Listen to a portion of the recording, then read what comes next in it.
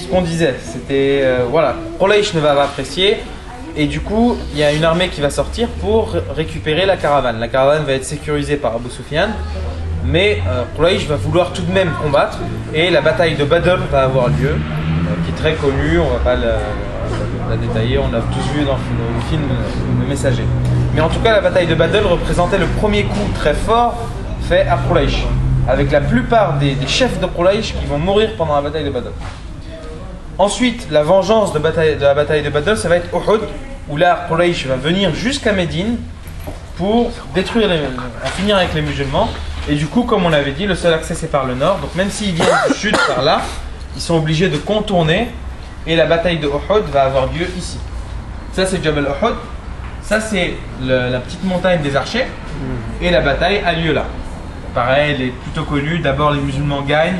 Ensuite les archers refusent l'ordre du prophète et descendent de la montagne. Et Khalid ibn Walid va voir ce qui se passe et va contourner la montagne de Uhud et arriver par l'arrière, les prendre en sandwich. Et du coup ils vont devoir se réfugier dans la montagne.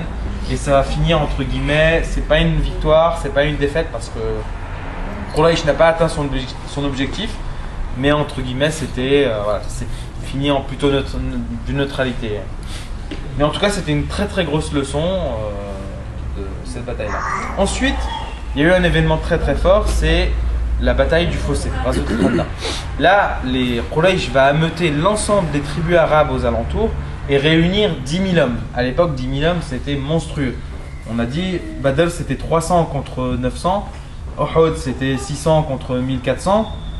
Là, c'est 10 000. À 10 000, il n'y avait pas 2000 musulmans à Médine pour défendre la ville. Donc là, quand les musulmans apprennent ce qui se passe, ils sont apeurés, ils sont très très inquiets. Et un homme qui s'appelle Salman al-Farisi va proposer de creuser un fossé. Et c'est là où le choix de Médine, c'était d'ordre divin, parce que n'importe quelle autre ville aurait été totalement anéantie par une armée de 10 000 hommes. Mais Médine, c'est une forteresse naturelle. Donc ils ont creusé le fossé en l'espace de 6 jours, un fossé de 6 à 7 km, avec 5 mètres de profondeur, 6 mètres de large et 7 km de longueur. Donc ça a été un chantier énorme, qui ont travaillé jour et nuit, dans la fatigue, le froid, mais aussi la faim. Ils avaient tellement faim que certains se serraient une pierre contre le ventre pour ne pas ressentir la faim. Et un compagnon qui est parti voir le prophète sallam pour se plaindre, il dit Ya Rasulallah, on a tellement faim qu'on se serre une pierre contre le ventre. Et là, le prophète sallam montre son ventre et il y avait 2 pierres serrées contre son ventre. Et d'ailleurs, il y a une petite anecdote aussi marrante, il y avait un compagnon qui avait un petit poulet et qui voulait le partager avec le prophète sallam, mais qui ne pouvait pas le dire parce que les autres, ils avaient tous faim.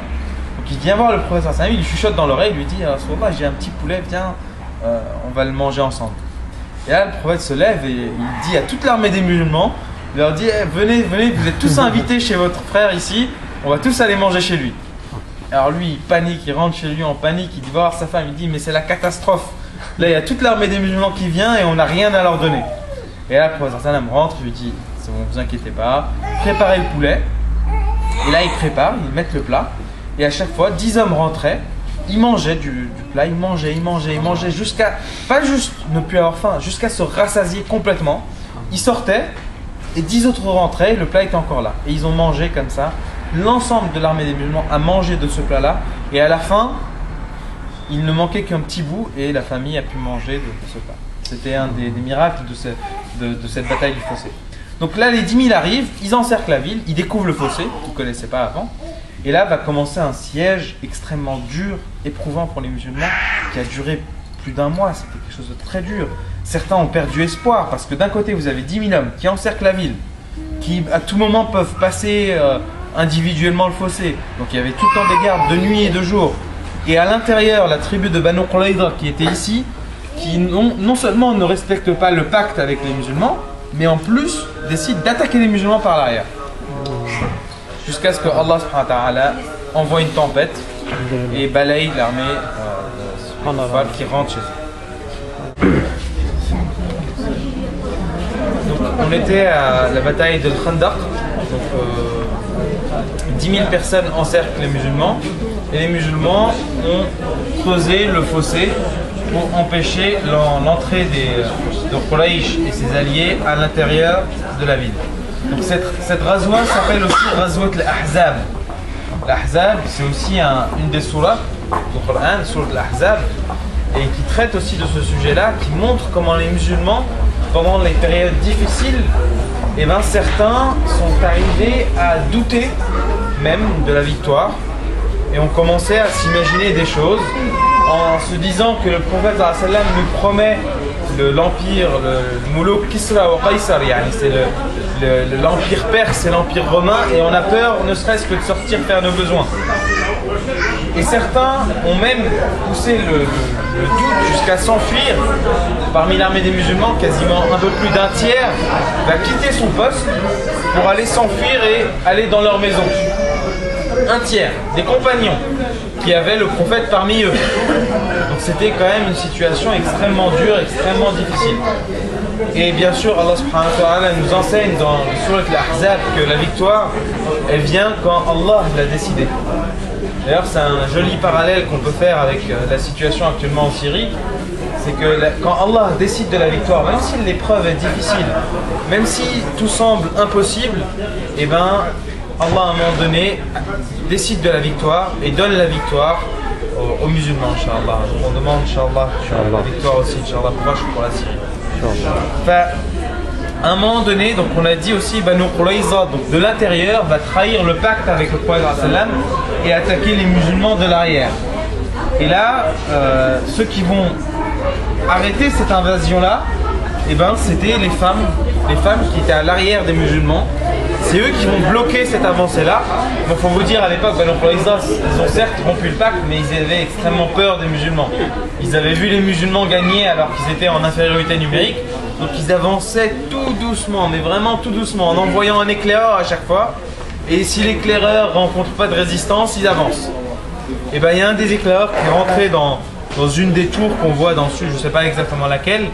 Et là, c'est la tante du prophète sallallahu alayhi wa sallam qui va, puisqu'il n'y avait que des femmes dans la tente, donc c'est elle qui va l'intercepter, le tuer et le jeter par la fenêtre. Et du coup, bah, ils vont avoir peur, ils vont se dire oh là là, ils sont là, ils protègent leur arrière, donc on s'arrête. Et c'est comme ça, c'est une femme qui va bloquer l'avancée de Banu Qurayza de l'intérieur. Donc la situation est extrêmement tendue. Dans le sud, Banu Qurayza, et à l'extérieur, Quraysh avec l'Ahzab, donc les coalisés qui assiègent la ville. Et là, un homme qui était juif et qui va se convertir à l'islam et qui va venir voir le prophète sallam, il va lui dire qu'est-ce que je fais? Comment je peux aider? Et là, le prophète sallam va le missionner et lui donner pour mission de créer une zizanie entre Qurayza et les Quraysh. Et cet homme, il va réussir, par une succession de manœuvres, il va réussir à faire en sorte que Qurayza lâche Quraysh et Quraysh lâche Qurayza. Donc déjà, il va les séparer, les neutraliser, et le siège va durer, et là, à un moment donné, il y a une tempête très violente qui va s'abattre sur le camp de Quraysh et qui va balayer les tentes. Et au terme de cette tempête-là, les Quraysh va décider de rentrer. Voyant qu'il n'y avait pas de possibilité directement, ils n'arrivaient pas à rentrer, et ben ils vont rentrer tout simplement. Et du coup, ça va être la fin de la bataille du fossé. Et à partir de ce jour-là, le prophète sallam va dire Al-Yawm Narzi wala Nurza. Et à partir de ce jour-là, maintenant, c'est nous qui allons aller de l'avant. Et c'est pas nous qui allons recevoir les attaques. Et effectivement, depuis ce jour-là, plus aucune attaque ne va arriver sur la ville de Médine.